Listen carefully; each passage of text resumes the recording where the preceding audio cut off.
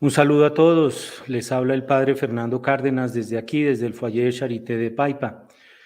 Y como suele ocurrir, hoy tenemos un invitado al que le tengo mucho cariño por la misión que hace y le tengo mucho cariño por el país del que viene.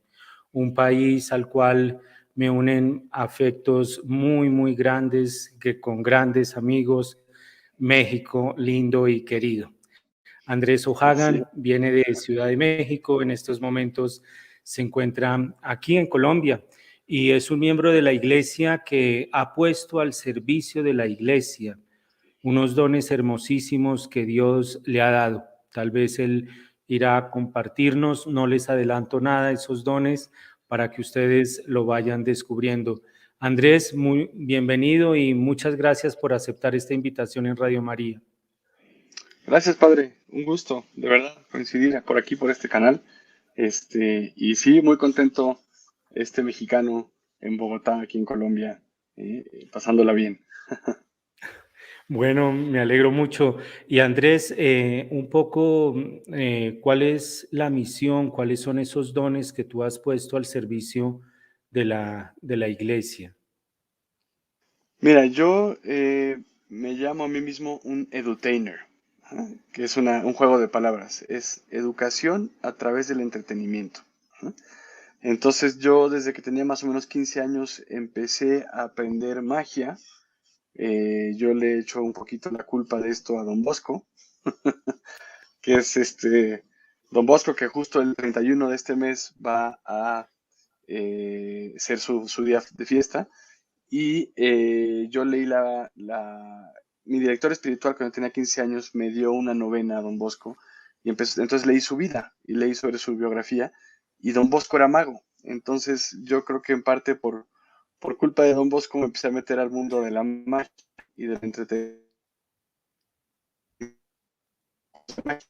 Y cuando tenía más o menos 19 años, mezclé magia y comedia creativa como herramientas pedagógicas para transmitir temas serios. Entonces, lo que yo hago es un espectáculo con contenido trascendente. Y tengo personajes y me caracterizo y doy diferentes conferencias en temas de afectividad, bueno, madurez afectiva y sexual, de prevención de adicciones, de teología del cuerpo, obviamente, que es las catequesis de Juan Pablo II, y muchos otros temas más, ¿no? Por un lado lo hago como mi trabajo profesional, trabajo con empresas en temas de recursos humanos, pero también lo hago pues como para transmitir la doctrina social de la iglesia y educar en temas de valores y temas que conciernen a la fe, ¿no? Pues qué maravilla. Yo la verdad no conocía que San Juan Bosco era mago. No, no Sí, sabía, no sabía eso. sí, San Juan Bosco, bueno, ahorita platicamos sobre él, pero San Juan Bueno, Bosco era saltimbanque y era mago y todo lo puso siempre al servicio de la educación, ¿no? Desde muy sí. pequeño, desde pequeño. Y bueno, y también Andrés, pues ha participado estuviste en un congreso de teología del cuerpo hace relativamente reciente, en un evento reciente. Yo escuché una de tus conferencias ahí, que era la versión en inglés y la versión en español, y ahí tú estuviste junto con otros, Claudia Pitaluga, y en fin. Ujú. Y la teología del cuerpo, realmente, Andrés, ¿cómo explicar esta belleza? Porque algo que nos une también es el Instituto de la Teología del Cuerpo, que los dos somos alumnos de ese gran maestro, Christopher West. Y bueno, tal vez tú has hecho otros cursos, no sé, pero ¿cómo explicar la teología del cuerpo? ¿Qué es la teología del cuerpo? Y cómo la unes con la magia, se me hace hermosísimo. Sí, claro, la teología del cuerpo literal son las catequesis que dio el Papa Juan Pablo II los primeros 5 años de su pontificado. Se trata de 129 catequesis que él impartió todos los miércoles en esos, bueno, no todos, algunos miércoles viajaba, pero durante 5 años impartió esas 129 catequesis Así como el Papa actual y los papas anteriores, los miércoles tienen la audiencia en el aula Pablo VI, allí en el Vaticano, y dan una catequesis. El Papa Juan Pablo II decidió dedicar unos escritos que había hecho, que es la teología del cuerpo, que son reflexiones partiendo de las palabras de Jesús y de San Pablo y sobre eh, amor humano genuino y literal teología del cuerpo. ¿eh? Mucha gente escucha ese concepto, que es el título que él le dio, el Papa lo tituló Varón y mujer los creó, una teología del cuerpo. ¿eh? Y muchas veces escuchamos teología del cuerpo y decimos, pero ¿cómo? Eso suena... Incluso hay gente que puede decir, es una herejía, ¿no? Como que el cuerpo. Y sí, porque, digo, no es herejía, pero sí el cuerpo es algo bueno, porque nuestro cuerpo es algo que somos, es alguien que somos, no es algo que nos pertenece como un objeto que podemos usarlo y después tirarlo a la basura o guardarlo en un cajón, ¿no? El cuerpo es alguien que somos y el cuerpo y el alma son inseparables, el cuerpo y el espíritu. Lo único que separa cuerpo y espíritu es la muerte para volverla a juntarlo después en la resurrección de la carne, ¿no? Pero el cuerpo es algo bueno, no es algo malo. Y el Papa rescata toda la belleza de la sexualidad humana y lo lleva más allá de la teología. Yo creo que la teología del cuerpo la podemos llamar teología, que es teología, la palabra teología es estudio de Dios, teo, Dios, logos, palabra o estudio. Entonces, teología es el estudio de Dios, el conocer a Dios, pero a través del cuerpo sí. ¿Qué significa eso? Todo se centra en el gran misterio de la encarnación. Y yo creo que eso, por eso podemos decir teología del cuerpo, más que por la afectividad y la sexualidad humana, sí, por supuesto, porque nos creó a su imagen y semejanza, varón y mujer nos creó, y en esa relación esponsal de la unión de varón y mujer hay un reflejo del amor en Padre, Hijo y Espíritu Santo. Y lo podemos ver en todas las analogías de la Biblia. Dios habla a su pueblo como si fuera la novia. Ajá. Y se habla del amor de Dios como el amor de entre esposos, porque es la analogía más adecuada para comprender el misterio divino de la Trinidad, del amor trinitario. Ese amor esponsal entre varón y mujer es la analogía más adecuada para poder comprender el amor que se da entre Padre, Hijo y Espíritu Santo. Pero teología del cuerpo no se limita a eso. Yo creo que el misterio central de la teología del cuerpo es la mismísima encarnación, que Dios se hizo hombre y asumió un cuerpo humano. ¿sí? Y asumió sin dejar su divinidad, asumió una humanidad. ¿no? Entonces, las catequesis de Juan Pablo II sobre teología del cuerpo, que él impartió entre el 1979 y 1984, y hoy apenas estamos empezando a vivirla, ¿no? Cuando yo empecé a estudiar, cuando la primera vez que fui a Filadelfia, al Instituto de Teología del Cuerpo con Christopher West, yo no había escuchado mucho sobre teología del cuerpo. Y cuando yo empecé a hablar de esto, poca gente lo sabía. Hoy ya es mucho más conocida gracias a la labor de Christopher y de todos los que estamos involucrados en propagarla, ¿no? En vivirla y propagarla. Pero hoy ya es más conocida y creo que la teología del cuerpo es una gran respuesta pues a todo el desorden que está viviendo el mundo en muchos aspectos, ¿no? A toda la cultura pornificada que habitamos, a toda la cultura promiscua que vivimos y a toda la pues degeneración que se ve, el degenere que se ve en las series de televisión, en los medios de comunicación, en las redes sociales, que no estoy diciendo que sean malas, pero que están desordenadas. Muchos de los contenidos están desordenados. Y marca una vida social muy vacía, ¿no? Entonces yo creo que la teología del cuerpo es una gran herramienta que si la conocemos y la aplicamos, nos libra del vacío interior que nos vende todo el resto de la sociedad desordenada, ¿no? Sí, hay una frase de Juan Pablo II que me encanta. Él dice, desde que Cristo, el Hijo de Dios, se hizo hombre, lo que tú estás diciendo, la encarnación, el cuerpo humano entró por la puerta central, por la puerta grande de la teología.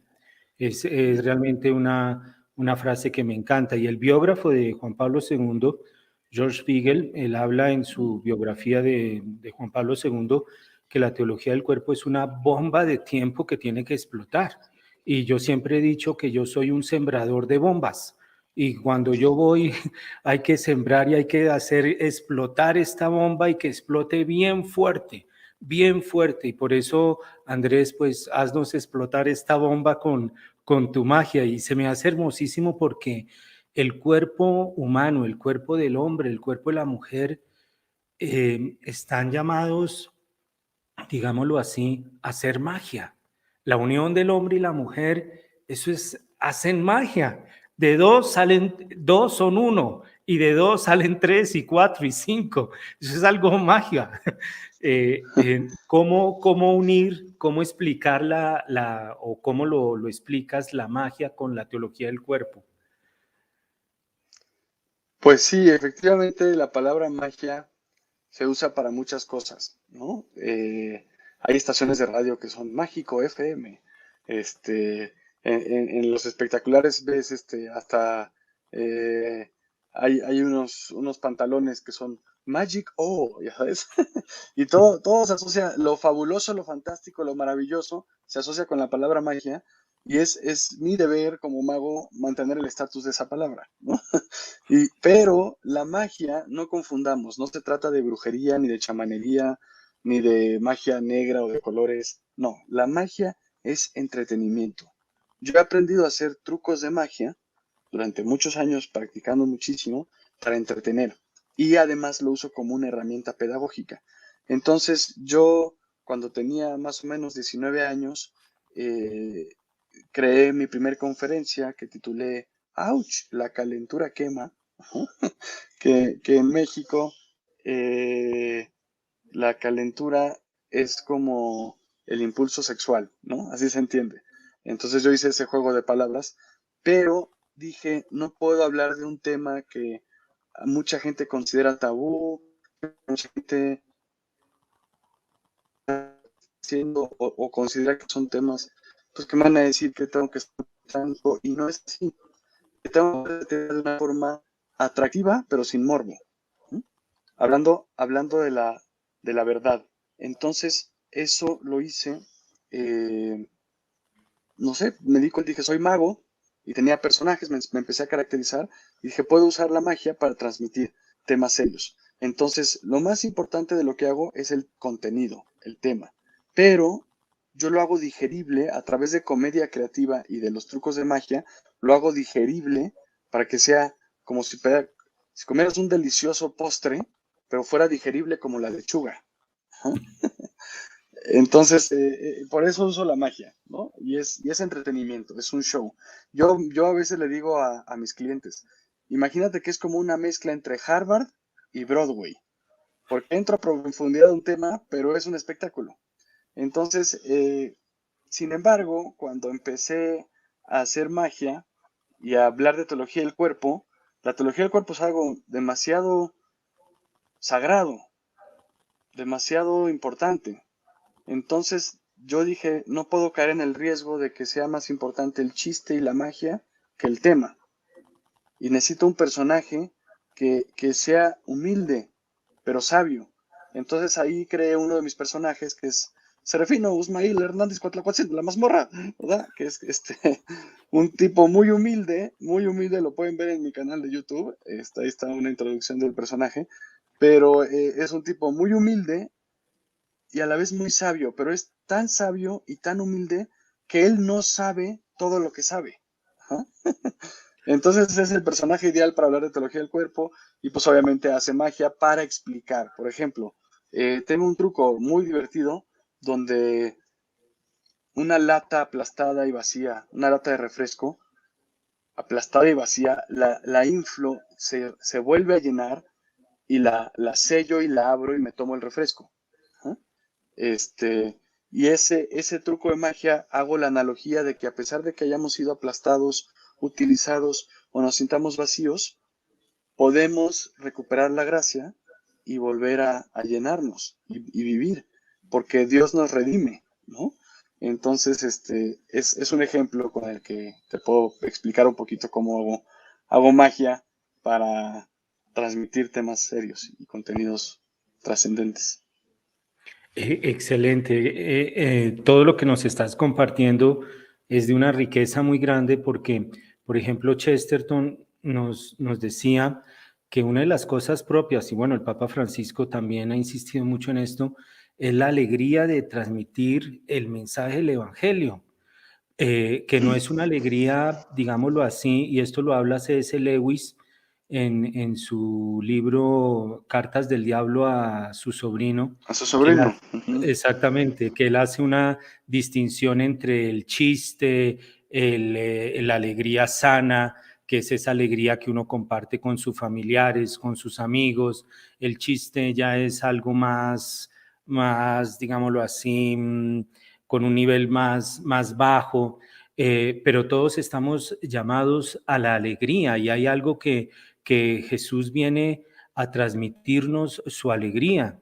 Y una cosa que realmente rescato mucho de lo que tú nos estás compartiendo, Andrés, es la importancia del contenido, que es Ujú. tan importante, y esto lo dice Chesterton, es tan importante que hay que transmitirlo con alegría. Es que es tan serio que hay que transmitirlo con alegría.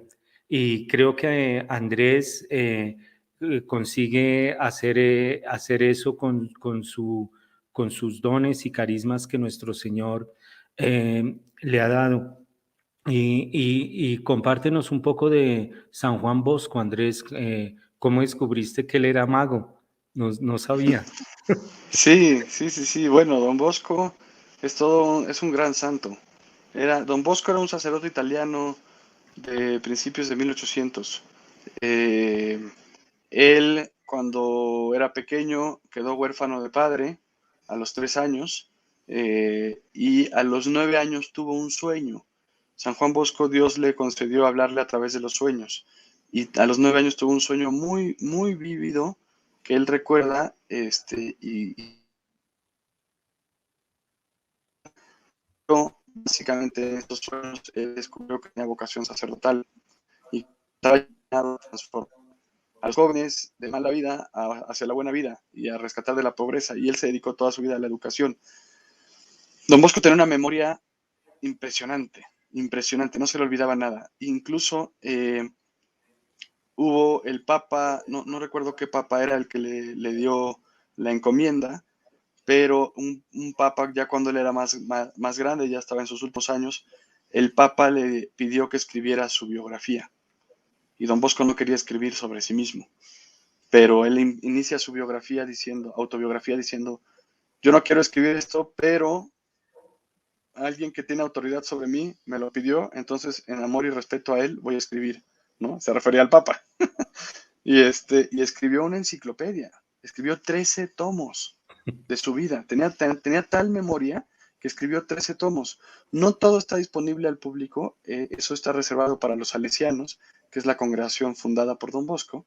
Los salesianos y las hijas de María Auxiliadora son las congregaciones fundadas por Don Bosco, pero sí se han tomado extractos de ahí. Y a mí me tocó, las memorias del oratorio, así es como él tituló su autobiografía, Memorias del Oratorio. Y a mí me tocó, como te comentaba hace rato, a los 15 años de edad, mi director espiritual me dijo que tenía que hacerle una novena a Don Bosco y me dio él una novena, era un librito, donde cada día recontaba su vida y al final hacías la oración con la petición por la novena. Entonces poco a poco fui conociendo algo de su vida durante esos 9 días y me impactó tanto, me gustó, que descubrí una versión de las memorias del oratorio y leí la autobiografía de Don Bosco y me encantó su personalidad. Me fascinó. Dije, qué tipo tan buena onda, qué cuate tan alegre, qué cuate tan profundo, tan simpático, ¿no? Entonces me fui metiendo y fui conociendo más de Don Bosco. Y sí, efectivamente, él era mago. Él veía a los saltimbanques que venían en ese entonces, pues alguien que hacía circo, que hacía magia, que hacía malabares, o el típico truco de dónde quedó la bolita. Él se quedaba viendo y era tan inteligente que iba captando el secreto que estaba detrás, ¿no? Y lo empezaba a practicar él. y empezó a leer, su mamá le enseñó a leer, y él empezó a leer también, pues, trucos, libros de donde explicaban trucos de magia, y empezó a usar la magia para evangelizar. Entonces lo que él hacía es que él tenía que caminar 5 kilómetros, creo, o más, de ida y luego de vuelta todos los domingos para poder asistir a misa, porque en el pueblito donde estaba él no había misa, no había, él tenía que ir. Entonces no mucha gente de su pueblo iba. Entonces él iba, caminaba esos 5 kilómetros, escuchaba la misa y luego regresaba otros 5 kilómetros y juntaba a la gente para hacerles un espectáculo de magia y, y les decía, pero antes de la magia, les voy a decir la homilía. Y recetaba la homilía palabra por palabra. O sea, tenía una memoria tal que repetía la homilía tal como lo había dicho el sacerdote en misa ese domingo, ¿no? Y entonces después de eso, pues ya hacía una oración con la gente que estaba ahí, que no había podido ir a misa, y les hacía el show, ¿no? Entonces, imagínate la sorpresa que yo, unos 10 años después, de haber leído la biografía de Don Bosco y ser tan devoto, que ya estaba yo dando conferencias con jóvenes hablando de estos temas y volteé para atrás en mi vida y vi, wow, estoy haciendo lo que hacía Don Bosco, ¿no? Esa fue una alegría muy profunda para mí hace unos años, cuando capté, porque yo me encomendé lo que yo empecé a hacer a Don Bosco, como si fuera mi patrón. Entonces la alegría de 10 años después, voltear a ver. Estaba yo en un escenario dando una conferencia y me llegó ese pensamiento. Dije, wow, esto es lo que estaba haciendo Don Bosco en cierta forma, ¿no? Qué Sí, maravilla, y un gran protector e intercesor para tu obra, Andrés. San Juan Bosco, sí. el educador de, pues el patrono de la educación de los jóvenes. Y en este sentido, Andrés, tú lo mencionabas, esta sociedad, pues sí, y el Papa Benedicto XVI lo ha hablado, una sociedad, digámoslo así, pornograficada, erotizada.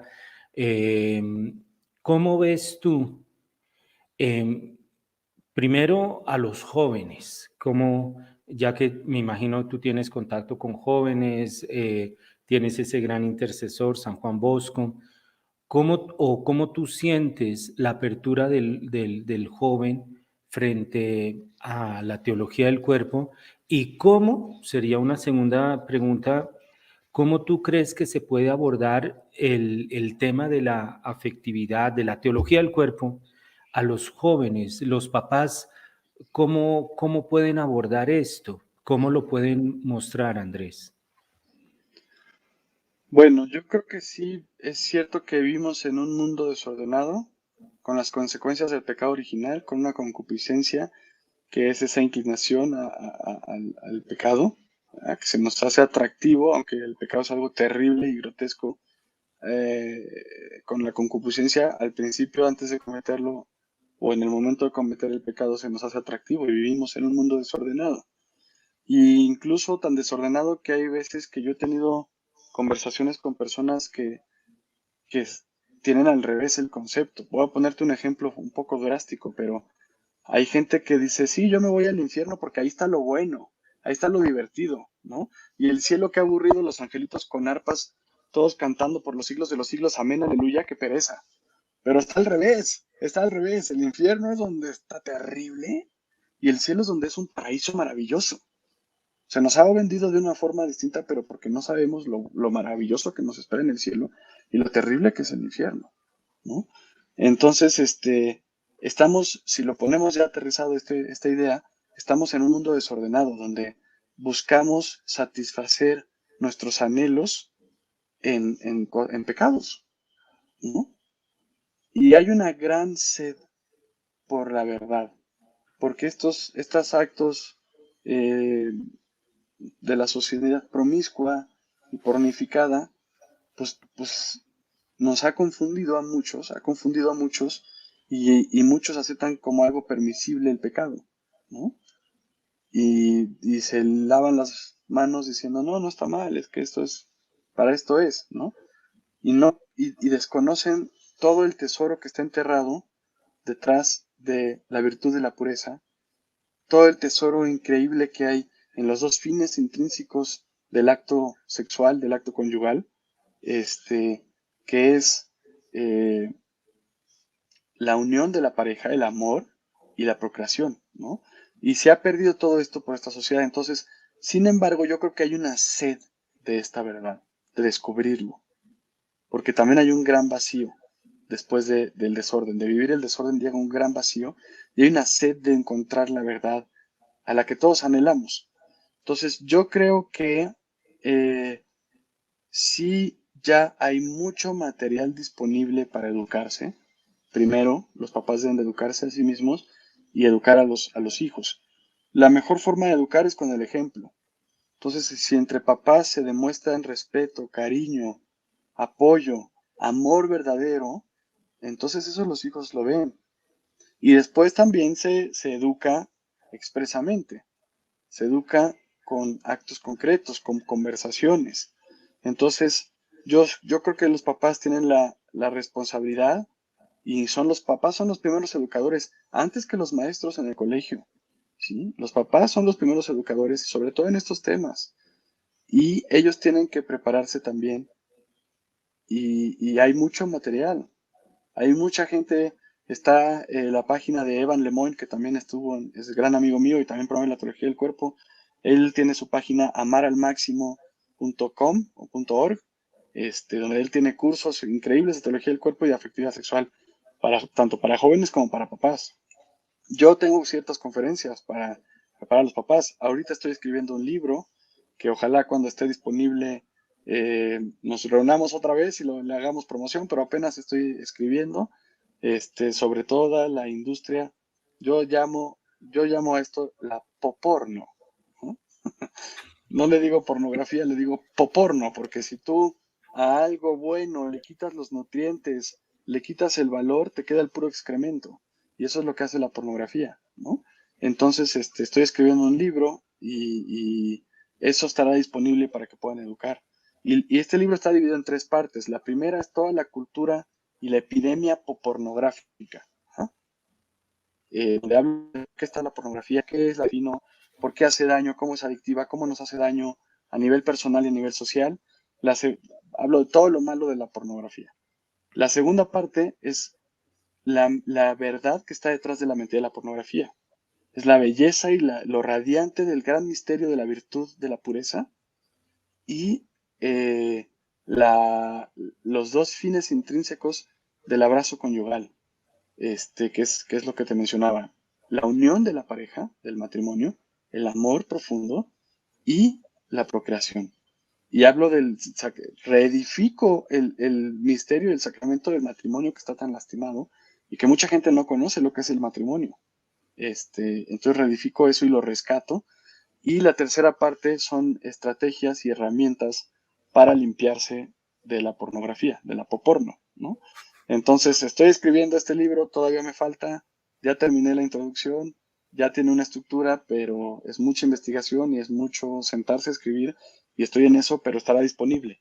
Mientras tanto hay otros materiales y yo sí creo que los papás se deben de acercar a, a educarse y hay blogs en Instagram, hay hay podcasts que son muy buenos, con gente muy valiosa, que hay que estar escuchándolos, ¿no? Y Juan Pablo II hablaba sobre esto y me encantó ese término, así que me lo voy a apropiar, Andrés, de la poporno. Él hablaba de eso y decía, el problema no es que muestre mucho, el problema es que muestra muy poco, no muestra nada.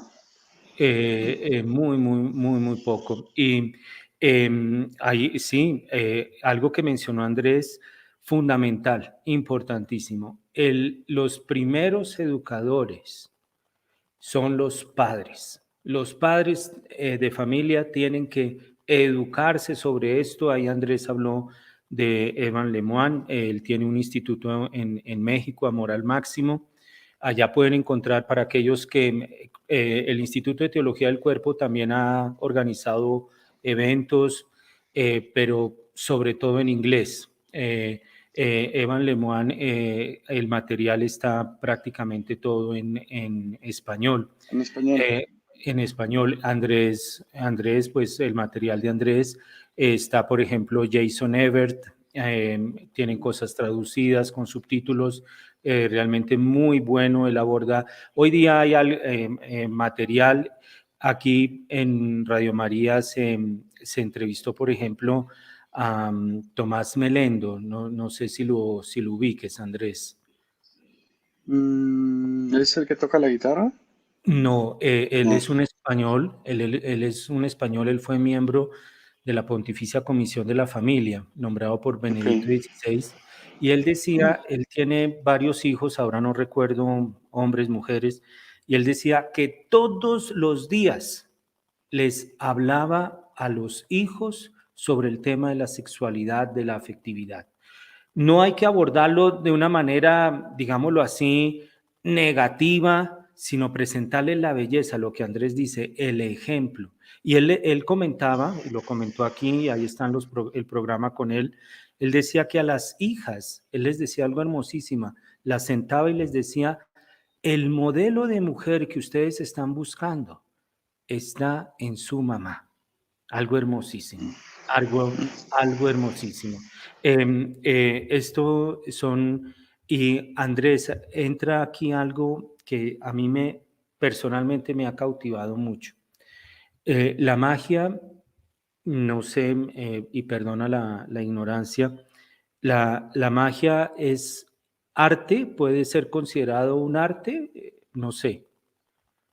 Yo sí lo considero un arte, porque no es fácil aprender magia. Yo llevo más de 15 años haciendo magia y no es solamente el truco, es también la actuación, es el conectar con el público. La magia no es para ti, para decir, ah, yo soy mago y puedo hacer magia. No, es para entretener al otro, es para darte, es para donarte al otro. Entonces sí, para mí sin dudamente no es el octavo arte, pero sí es un arte. Sí es un arte, y hay que respetarlo como tal, los que quieran aprender magia, ¿no?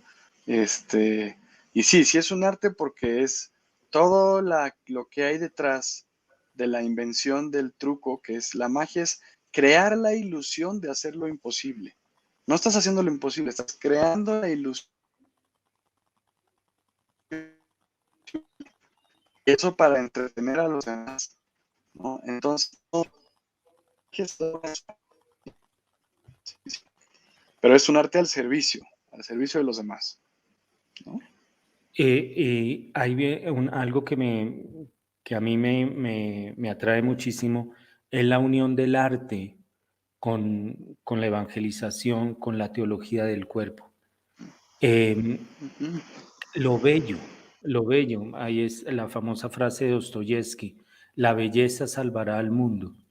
¿Cómo presentar esa belleza, la unión del arte, no sé, películas, música, el arte en general?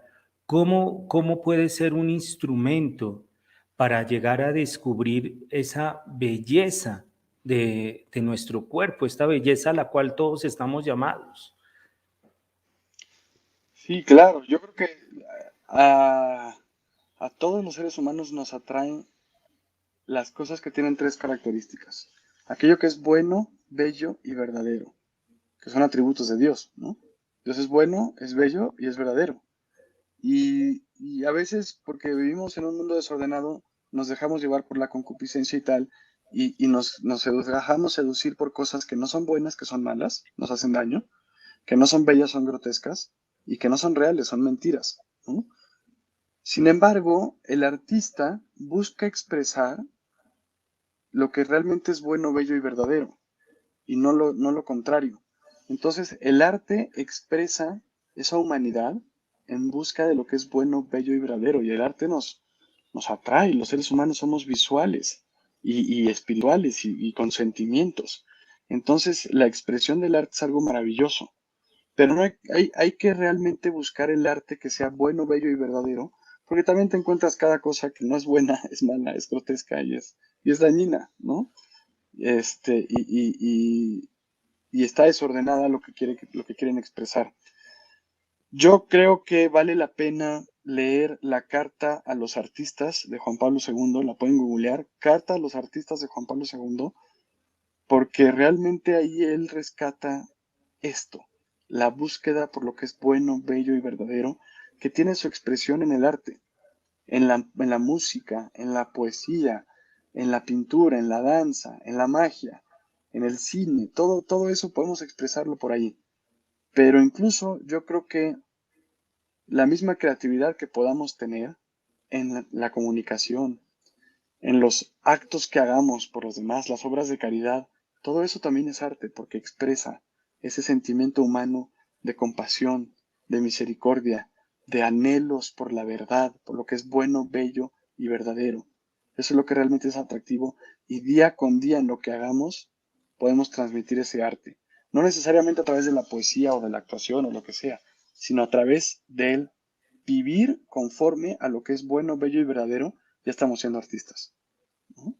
Qué maravilla. Esto me encanta, qué maravilla. Pues estamos con Andrés O'Hagan desde México, pero está aquí en Colombia compartiéndonos sus dones y sus conocimientos. Vamos a ir a un breve corte musical y ya regresamos. Andrés, ¿quieres hablar de algo más? Es decir, al tocar algún tema en específico. Pues no sé, padre, lo que tú gustes, te dejo que seas el guía. Bueno, Vamos ahí perfecto. improvisando, hemos ido Eh, improvisando. ¿cómo te has sentido? ¿Bien? Bien, muy bien, creo que vamos bien, creo que hay muchas ideas que hay que aterrizar, pero bien, pero Sí. bien. ¿Quieres aterrizar alguna idea en particular? Mm, pudiéramos hablar más acerca de, sí, quizás del Papa Juan Pablo II o profundizar un poquito en la estructura de la teología del cuerpo podría ser bueno. Ah, perfecto. La El estructura de la tríptico. teología del cuerpo. Perfecto. Sí. Bueno, nos está acompañando Andrés O'Hagan, edu trainer, Edutainer. Edutainer, edutainer, que es edutainer. Education and Entertainment en inglés. Educación y entretenimiento, Edutainer. El, Edutainer. ajá. Bueno, antes del corte musical estábamos hablando del arte y recordemos, Andrés nos hablaba de la poesía, de la música y mencionó una palabra que es fundamental y que es bellísima, eso toca para mí el corazón, el don. Cada uno de nosotros es un don y eso, pues la iglesia lo ha hablado, pero Juan Pablo II hizo un énfasis en esto. Juan Pablo II, ¿cómo llegó a la teología del cuerpo? ¿Cómo, sabes algo? ¿Cómo la elaboró? ¿De qué manera la presentó, Andrés? Yo creo que la teología del cuerpo es su obra maestra. Y eso es algo duro porque Juan Pablo II dejó un legado impresionante. Entre todas las encíclicas y cartas apostólicas, las poesías que escribió, su libro Amor y Responsabilidad que publicó como Karol Wojtyła en los 60s, decir que la teología del cuerpo es su obra maestra es porque realmente es algo valiosísimo, porque todo lo que hizo Juan Pablo II es un gran legado, ¿no? No por nada fue canonizado y es el gran filósofo, ¿no? Es uno de los exponentes grandes de la corriente personalista de la filosofía, ¿no? Que es el personalismo es iniciado por Emmanuel Mounier como respuesta a las guerras mundiales y la división en la sociedad que había en ese entonces, y que se llama personalismo porque es una corriente filosófica que pone a la persona ante todo. Entonces yo creo que Juan Pablo II era un gran filósofo y un gran teólogo, y todos sus estudios y su experiencia como pastor, o sea, como sacerdote, al servicio de las familias, de los jóvenes novios, de los matrimonios, le dio muchísima experiencia, ¿no? Y él mismo lo justifica porque yo cuando por primera vez descubrí la teología del cuerpo, dije, esto es sobre sexo, y el Papa va a hablar de sexo, y él que sabía si ni se casó, si era célibe, él que iba a saber, ¿no? Y gran bofetada recibí cuando leí su introducción a su libro Amor y Responsabilidad, donde él responde a esa pregunta mía. Él dice, yo soy célibe en efecto, no tengo experiencia directa, porque soy célibe, pero tengo la experiencia de miles y miles y miles de matrimonios a los que he dado asesoría y consejo y dirección espiritual y dirección familiar, etcétera. Entonces tengo mucho más experiencia que una sola persona o una pareja individual. Tengo la experiencia de miles de personas, ¿no?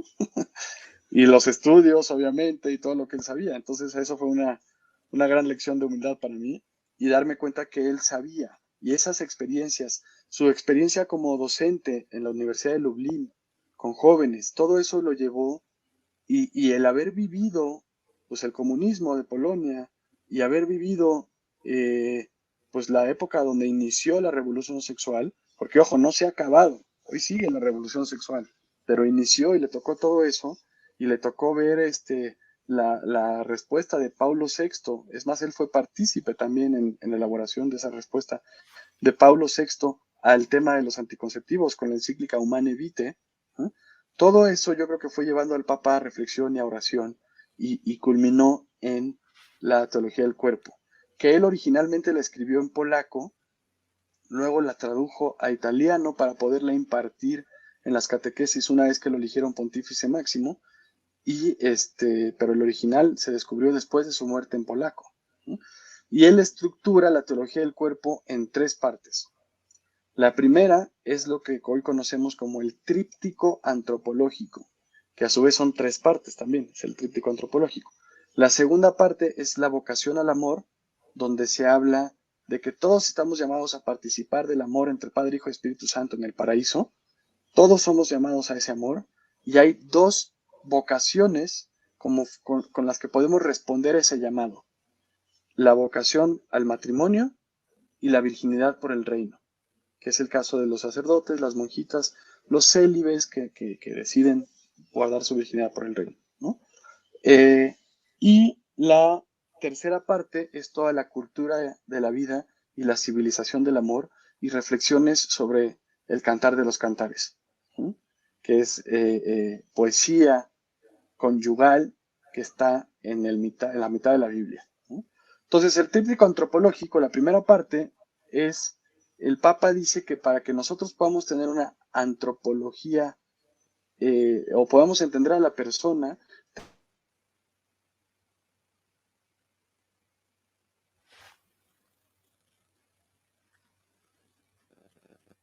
Andrés, Una antropología, sí, aquí estoy. es que se cortó, se fue. Si puedes, Se cortó un momento. sí. Retomo. Es Eh, una eh, ca- eh, antropología desde, desde el sí, tríptico sigue. antropológico, ¿no? El Papa dice que el tríptico antropológico, o nos explica el tríptico antropológico para que tengamos una antropología adecuada. Porque para que sea una antropología o un estudio de la persona adecuado, tiene que entender a la persona en todas sus etapas.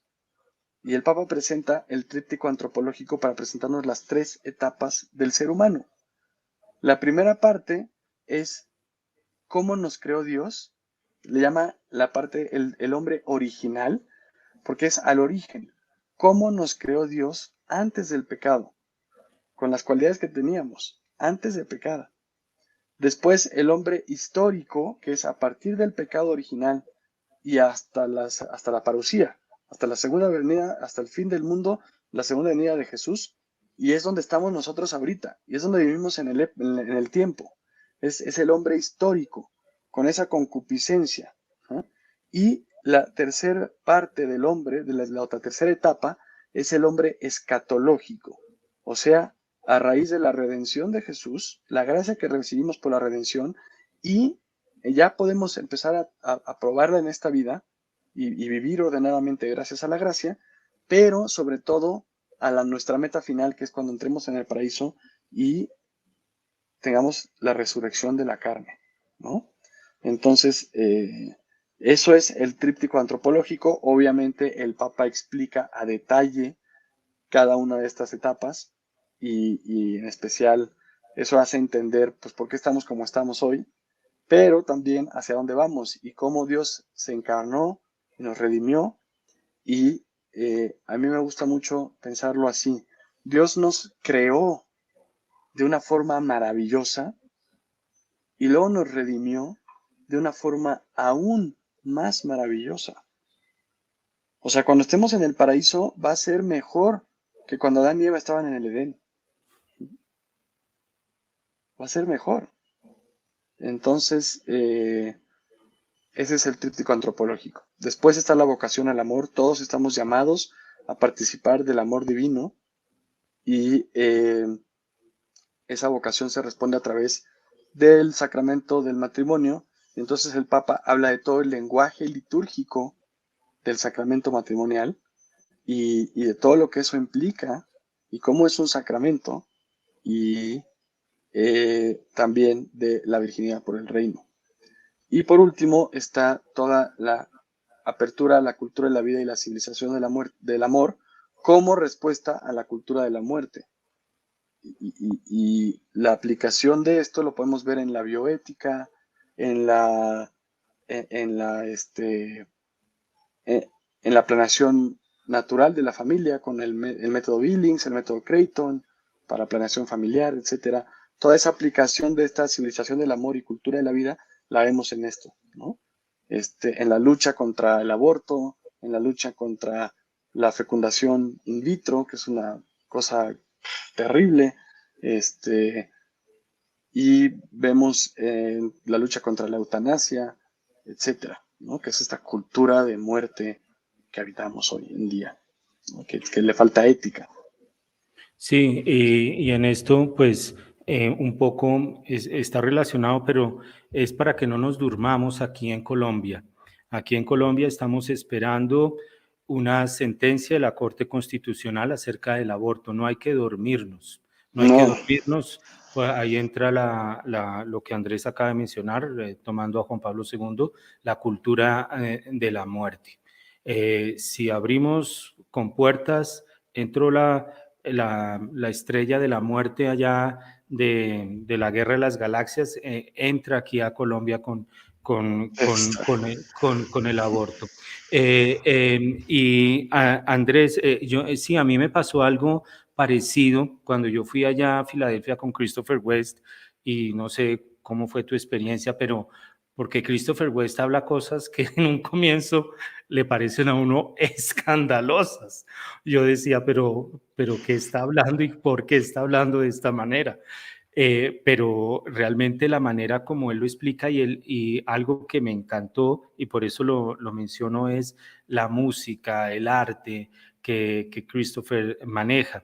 Es esto que estamos hablando de la teología del cuerpo, si tú conoces un poco, porque es una historia bellísima, Pablo VI con la Humanae Vitae, recordemos el contexto histórico, estaban lo que Andrés mencionó, el mayo del 68, prohibido prohibir, todos esos lemas, y Pablo VI en la encíclica Humanae Vitae, pues habla del amor conyugal, digámoslo así, presenta la belleza del amor conyugal, presenta los riesgos de los anticonceptivos y prácticamente quedó solo Andrés.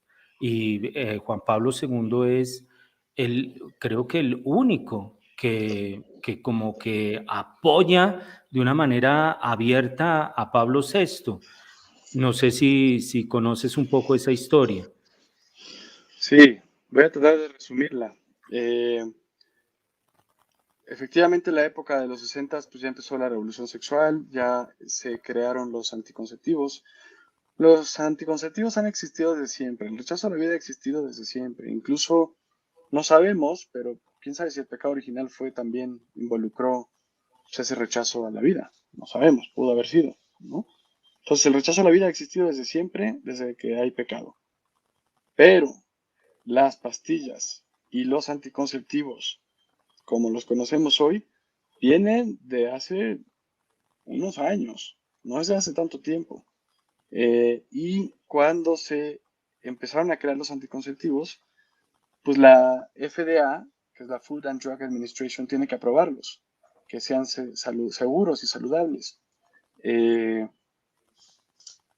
Cuando fueron a crearlos, se fueron a estos países sudamericanos, donde la gente no tenía los mismos recursos ni los mismos estudios que en Estados Unidos, por si pasaba algo, a las farmacéuticas no los demandaran y no les alegaran y pudieran aprobar.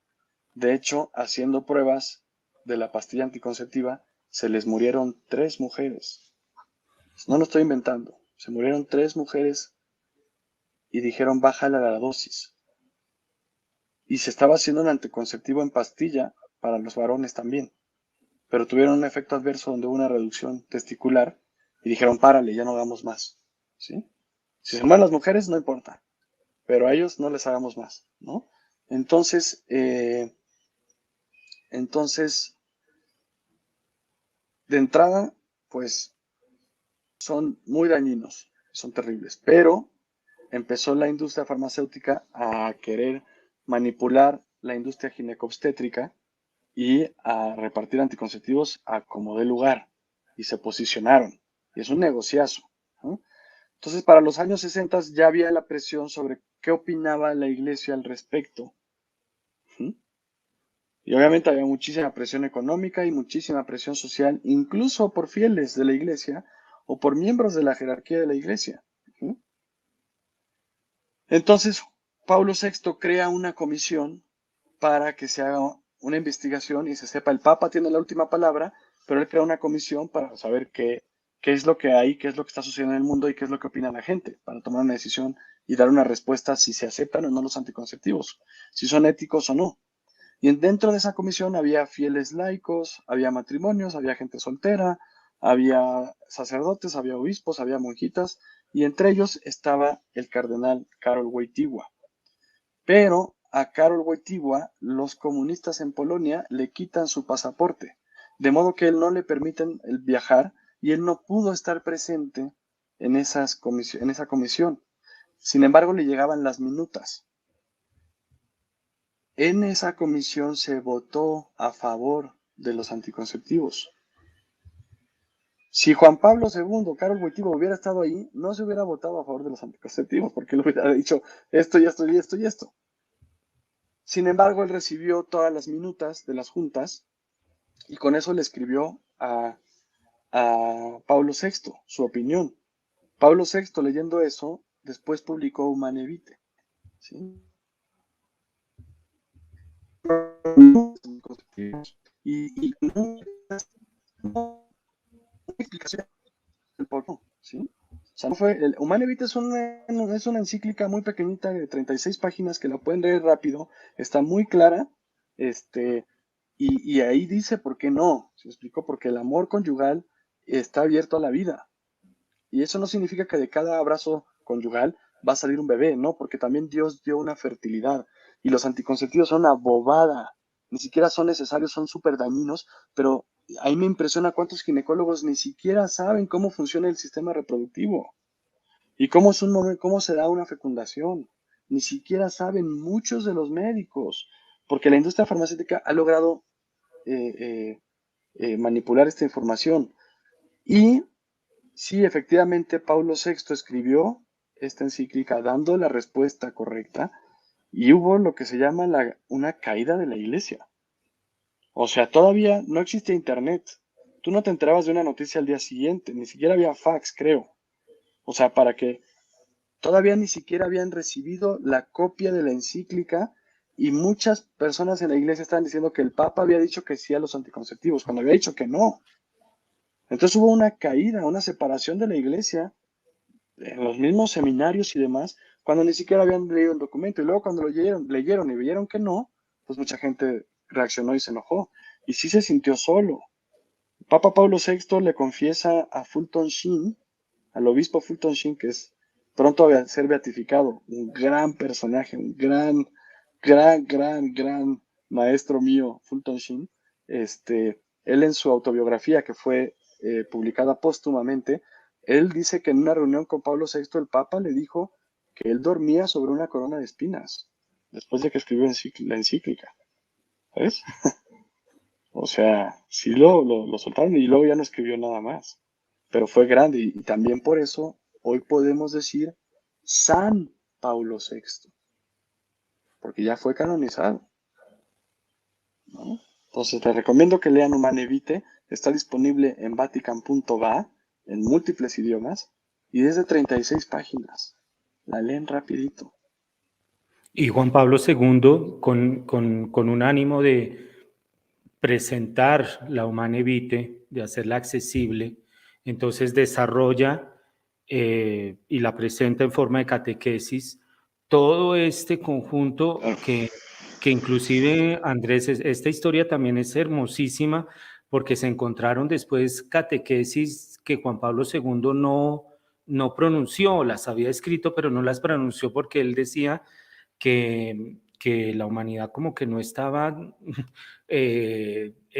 preparada para recibir lo que él quería expresar. Se encontraron algunas catequesis sobre el cantar de los cantares y el libro de Tobías, creo. Tobías y Sara, sí. La historia de Tobías y Sara, sí. Sí, sí, así es. Esto se descubrió de forma póstuma después de que el Papa había fallecido. Michael Wallstein es el traductor de eso al inglés y el libro de la teología del cuerpo en inglés es la traducción de Michael Wallstein y ya incluye esas catequesis. Y él preguntó por qué el Papa no las dio. Y sí, la respuesta del Papa fue, es que esto es demasiado delicado. Esto no lo puedes ir a la y se va. Primero tienen que entender bien la base, que es lo otro, y después ya, ¿no? Pero son las reflexiones bellísimas. Incluso la mayor cantidad de reflexiones sobre la Biblia de los santos es precisamente en el Cantar de los Cantares, que es una poesía, no me lo malentiendan, pero es una poesía erótica. Es una poesía donde hay eros, que es el amor humano. No erotismo, eros. ¿No? Y el amor agape es el amor divino. Y en esa poesía se unen el agape con el eros. Y es el amor que se ve entre una pareja, un matrimonio, varón y mujer, que están amándose y que se están contemplando y se están uniendo en una sola carne. Y cuando decimos una sola carne, es un solo espíritu también, un solo corazón. Es una entrega total, absoluta. Entonces, una unión. Entonces, pues, ahí estamos. Andrés, ya para terminar, pues eh, la invitación, la teología del cuerpo, como Andrés lo ha mencionado en el primer segmento de este programa, es una espiritualidad, es algo hermosísimo. Eh, Unos consejos prácticos, Andrés, unos tips muy prácticos de cómo vivir esa teología del cuerpo, cómo incorporarla en nuestra vida, Andrés. Hay que estudiarla, hay que conocerla, hay que estudiarla, hay que dar la fuente. Hay muchos recursos, como les dije, amaralmaximo.com es la página de Evan Lemoyne, donde tiene cursos virtuales y accesibles. Hay que estudiarla. Pero nada más a los que vayan a tomar emprender ese camino de estudiarla, no sientan que es complicada. Mucha gente dice que la teología del cuerpo es complicada y que el pensamiento del Papa polaco en espiral era muy complejo. No, es digerible. Uno se identifica, dice, esto es lo que quería decir, esto es lo que le da sentido a la vida cuando la lee, ¿no? Pero no es complicada, pero sí es profunda.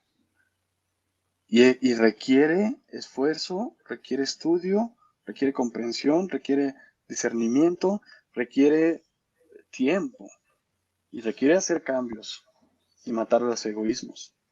Entonces es profunda, pero los que decidan tomar ese camino de conocerla y de emprenderla, allí hay mucho material disponible, pero requiere ese esfuerzo.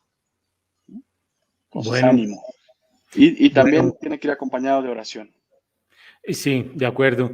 Pues podríamos estar aquí horas hablando con Andrés O'Hagan. Ha sido realmente algo muy enriquecedor estas experiencias y algo muy bello. Y por eso vamos a orar para que Andrés, algo muy bello es entregar sus dones que Dios le ha dado al servicio de los demás. Vamos a orar porque salga ese libro rápidamente porque ya tenemos ganas de comenzar a leerlo. Que el Espíritu Santo te siga iluminando, Andrés, y muchas gracias por compartir y hacer tanto bien. No sé si quieras ahí sí, dirigir tus últimas palabras en este programa a los oyentes que nos están escuchando. Pues muchas gracias, padre, por la invitación. Ojalá podamos volver a reunirnos. Y sí, estoy trabajando duro en el libro, pero su oración me sirve mucho porque a veces procrastino, porque a veces tengo miedo, no sé si es el primer libro que estoy escribiendo y no sé si soy capaz. Entonces su oración me ayuda mucho, pero en cuanto esté, venimos, nos juntamos otra vez, leemos la introducción para que se animen a comprarlo. Este, y los dirijo a mi página de internet, es openmagic.com, openmagic.com. Ahí están mis datos de contacto para quien tenga alguna pregunta o algo quiera conocer más de mí, ahí se pueden dirigir. Y gracias a todos los radioescuchas, espero que esta reunioncita que tuvimos sea fructífera en sus vidas. Y Bueno, pues pues Andrés, terminamos. los micrófonos de Radio María están abiertos para lo que se te ofrezca. Que Dios te bendiga y bueno, un saludo a todos. Igualmente, chao. Espérame un momento, Andrés, y te pongo en contacto con esta persona. ¿Tienes tiempo? Sí. Sí, bueno, espérate y me salgo de aquí.